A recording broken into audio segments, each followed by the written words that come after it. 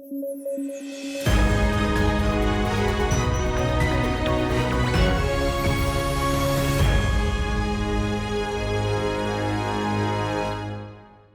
News at 9 programme में आपका स्वागत है। मैं हूं अमृत उपाध्याय। आइए जल्दी से देखते हैं आज की हेडलाइंस।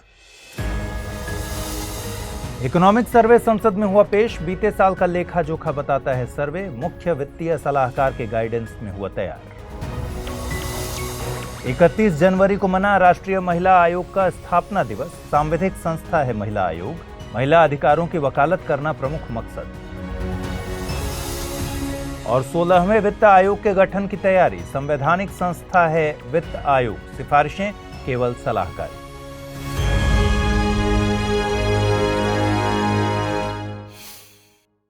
चलिए खबरों की शुरुआत करें। उससे पहले एक बार फिर दोहरा दूं कि अगर आप इस बुलेटिन को पीडीएफ फॉर्मेट में पढ़ना चाहते हैं तो अमृत उपाध्याय 007 टेलीग्राम चैनल है, इस पर जाइए। इसकी पीडीएफ रोजाना मिलती है। आइए शुरू करें। 1 फरवरी को साल भर के लिए देश का बजट पेश किया जाएगा। वित्त वर्ष 2023-24 के लिए बजट कल संसद में पेश होगा। यूनियन बजट से पहले एक अहम दस्तावेज इकोनॉमिक सर्वे यानी आर्थिक सर्वेक्षण संसद में पेश किया जाता है। पहले इकोनॉमिक सर्वे को बजट के साथ ही पेश किया जाता था। साल 1964 में इसे बजट से अलग पेश किया जाने लगा। आमतौर पर इसे देश के केंद्रीय वित्त मंत्री द्वारा संसद में पेश किया जाता है। पहला इकोनॉमिक सर्वे 1950-51 में पेश किया गया था। इसी परंपरा को निभाते हुए वित्त मंत्री निर्मला सीतारमण ने इकोनॉमिक सर्वे 2022-23 को आज पेश किया था। सर्वे को राष्ट्रपति के दोनों सदनों के अभिभाषण के बाद पेश किया गया था। हम सर्वे के अहम बिंदुओं पर बात करेंगे। उससे पहले जानते हैं कि इकोनॉमिक सर्वे होता क्या है। इकोनॉमिक सर्वे का जिक्र संविधान में कहीं भी नहीं है। साथ ही इसे लेकर कोई कानून भी नहीं है जिसमें इकोनॉमिक सर्वे को पेश करने की बाध्यता की बात कही गई हो। वहीं वार्षिक वित्तीय विवरण के नाम से बजट का जिक्र संविधान में मिलता है। इकोनॉमिक सर्वे को वित्त मंत्रालय के डिपार्टमेंट ऑफ इकोनॉमिक अफेयर्स के द्वारा तैयार किया जाता है। इसे मुख्य वित्तीय सलाहकार के गाइडेंस में तैयार किया जाता है। वर्तमान में मुख्य वित्तीय सलाहकार के पद पर वी अनंत नागेश्वरन हैं। वित्त मंत्री द्वारा संसद में सर्वे को पेश करने के बाद मुख्य वित्तीय सलाहकार के द्वारा प्रेस कॉन्फ्रेंस को भी संबोधित किया गया। इकोनॉमिक सर्वे पिछले 1 साल का देश का इकोनॉमिक और फाइनेंशियल ट्रेंड का रिव्यू होता है। इसमें कृषि, रोजगार, व्यापार, विदेशी मुद्रा भंडार, अवसंरचना, महंगाई और औद्योगिक उत्पादन से जुड़े सभी क्षेत्रों का डिटेल्ड एनालिसिस होता है, जिसका प्रयोग सरकार बजट में रिसोर्सेज के एलोकेशन के लिए करती है। इससे सरकार को जीडीपी की ग्रोथ में आने वाली प्रमुख चुनौतियों के बारे में पता चलता है। सर्वे में भारत की आर्थिक समृद्धि दर 6.5% आंकी गई है। हालांकि भारत बड़ी अर्थव्यवस्थाओं में तेजी से ग्रोथ करने वाले देशों में शामिल रहेगा। भारत पीपीपी यानी क्रय शक्ति समता में दुनिया में तीसरी सबसे बड़ी अर्थव्यवस्था है। वहीं एक्सचेंज रेट के मामले में भारत के स्थान दुनिया में 5वें नंबर पर है। सर्वे में आरबीआई द्वारा आंकी गई खुदरा महंगाई की दर को जायज बताया गया है। आरबीआई ने वर्तमान वित्तीय वर्ष के लिए खुदरा महंगाई की दर 6.8% आंकी है।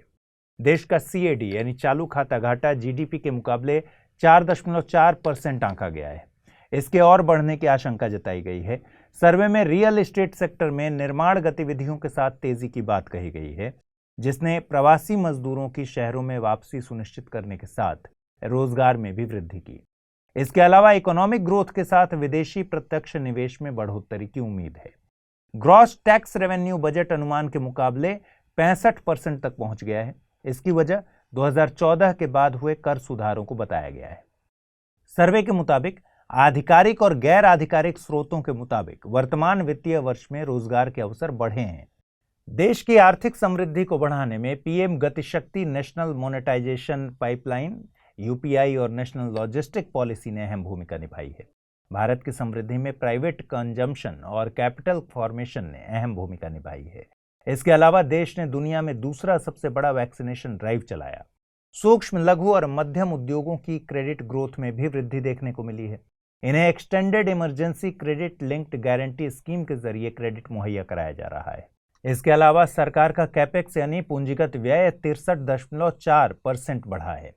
कैपेक्स वर्तमान वित्तीय वर्ष के लिए प्रमुख ग्रोथ ड्राइवर बनकर उभरा है। सरकार की मनरेगा जैसी योजनाएं जहां आजीविका सुरक्षा तो प्रधानमंत्री गरीब कल्याण योजना खाद्य सुरक्षा मुहैया कराने में अहम भूमिका निभा रही है। भारत 2022 में 100 बिलियन अमेरिकी डॉलर हासिल करने वाला दुनिया में प्रेषण का, रेमिटेंस का सबसे बड़ा प्राप्तकर्ता है।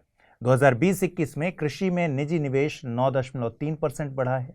वित्तीय वर्ष 2023 में सेवा क्षेत्र में 9.1% की दर से वृद्धि की उम्मीद की जा रही है। इलेक्ट्रॉनिक उत्पादों के निर्यात में सालाना 55.1% का इजाफा हुआ है। 31 जनवरी को एनसीडब्ल्यू यानी राष्ट्रीय महिला आयोग का स्थापना दिवस मनाया जाता है।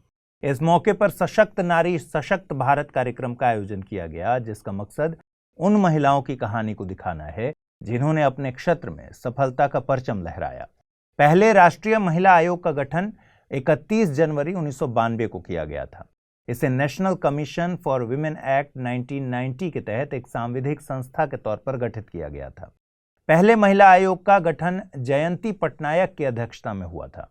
सितंबर 2022 में महिला आयोग की पहली अध्यक्ष रही जयंती पटनायक का निधन हो गया था। राष्ट्रीय महिला आयोग के गठन की सिफारिश committee on the status of women in India और national perspective plan for women के द्वारा की गई थी। इसका मकसद महिलाओं से संबंधित मुद्दों पर सरकार को सलाह देना है। इसके अलावा महिलाओं के संवैधानिक और कानूनी अधिकारों की रक्षा करना है। साथ ही कानूनी तौर पर क्या उपाय मौजूद हैं, इसका सुझाव देना भी इसके कार्यों में शामिल है। वर्तमान में महिला आयोग की अध्यक्ष रेखा शर्मा हैं। भारत में महिलाओं से जुड़े प्रमुख कानूनों में the immoral traffic prevention act 1956, the dowry prohibition act 1961 amended in 1986, the commission of Sati prevention act 1987, protection of women from domestic violence act 2005, the Sexual Harassment of Women at Workplace Prevention, Prohibition and Redressal Act 2013, the Criminal Law Amendment Act 2013, the Indecent Representation of Women Prohibition Act 1986 शामिल है। भारत सरकार जल्द ही 16वें वित्त आयोग के गठन की तैयारी कर रही है। वित्त मंत्रालय जल्द ही इसके टर्म्स ऑफ रेफरेंस की अधिसूचना जारी करेगा। 16वें वित्त आयोग के लिए जीएसटी काउंसिल यानी वस्तु एवं सेवा कर परिषद को चुनौती के तौर पर देखा जा रहा है। संविधान के अनुच्छेद 279A के तहत जीएसटी काउंसिल का गठन एक स्थायी संवैधानिक संस्था के तौर पर किया गया है। संविधान के 101वें संशोधन अधिनियम 2016 के जरिए जीएसटी यानी वस्तु एवं सेवा कर को लागू किया गया। इसी प्रक्रिया को लागू करने के लिए जीएसटी काउंसिल का गठन किया गया है। काउंसिल द्वारा टैक्स रेट में बदलाव का असर आयोग द्वारा वित्तीय संसाधनों के बंटवारे के लिए किए गए रेवेन्यू कैलकुलेशंस पर होगा। गौरतलब है कि वित्त आयोग संविधान के अनुच्छेद 280 के तहत एक संवैधानिक संस्था है। इसे हर 5 साल पर राष्ट्रपति के द्वारा गठित किया जाता है। आयोग अपनी रिपोर्ट राष्ट्रपति को सौंपता है। इसका काम केंद्र और राज्यों के बीच कुल कर के विभाजन के बारे में सिफारिश करना होता है। राज्यों को दी जाने वाली अनुदान और सहायता के बारे में भी इसके द्वारा सिफारिश की जाती है। इसकी सिफारिशें सलाहकारी प्रवृत्ति की होती हैं। सरकार के ऊपर इन सिफारिशों को लागू करने की कोई बाध्यता नहीं है। वित्त आयोग राजकोषीय संघवाद संतुलन में भूमिका निभाता है। आपको बता दें कि 15वें वित्त आयोग का गठन नवंबर 2017 में 5 सालों के लिए किया गया था। इसकी सिफारिशें 2020-21 से लागू की जानी थी। साल 2019 में आयोग को वित्त वर्ष 2020-21 के लिए एक रिपोर्ट सौंपने को कहा गया। साथ ही आयोग के कार्यकाल को 2025-26 तक बढ़ा दिया गया। इससे पहले नवे वित्त आयोग को 6 साल का कार्यकाल दिया गया था। इस खबर की अहमियत को समझने के लिए साल 2011 में यूपीएससी की प्रारंभिक परीक्षा में पूछे गए सवाल पर गौर करिए। सवाल पूछा गया था, भारतीय वित्त आयोग के संबंध में निम्नलिखित में से कौन सा कथन सत्य है? वह अवसंरचना विकास हेतु विदेशी पूंजी अंतर्प्रवाह प्रोत्साहित करता है। वह सार्वजनिक क्षेत्र के प्रतिष्ठानों में समुचित वित्त वितरण को सुगम बनाता है। वह वित्तीय प्रशासन में पारदर्शिता सुनिश्चित करता है। उपर्युक्त संदर्भ में ए, बी और सी कथनों में से कोई भी सही नहीं है। इसका सही जवाब है विकल्प डी, यानी कोई भी सही नहीं है।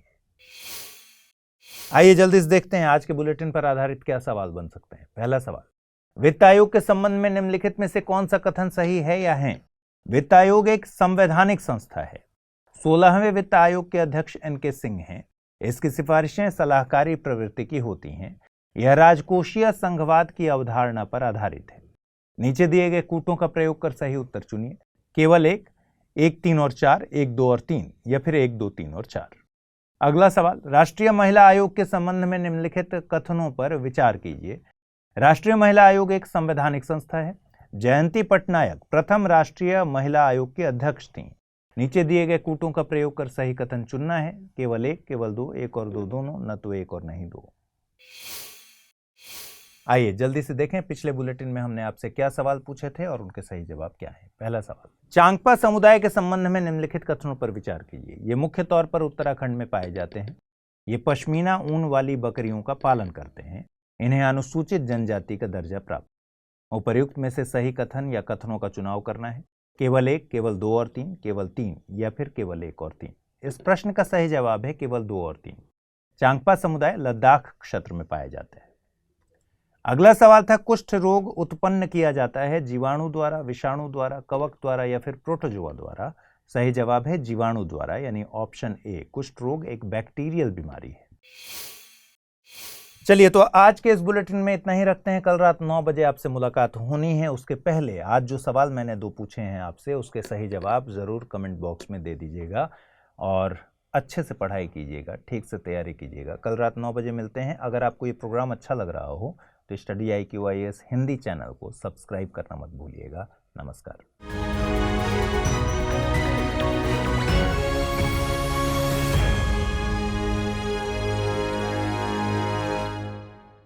हिंदी में UPSC की तैयारी से संबंधित प्रोग्राम्स को देखने के लिए सब्सक्राइब करें स्टडी IQIS हिंदी।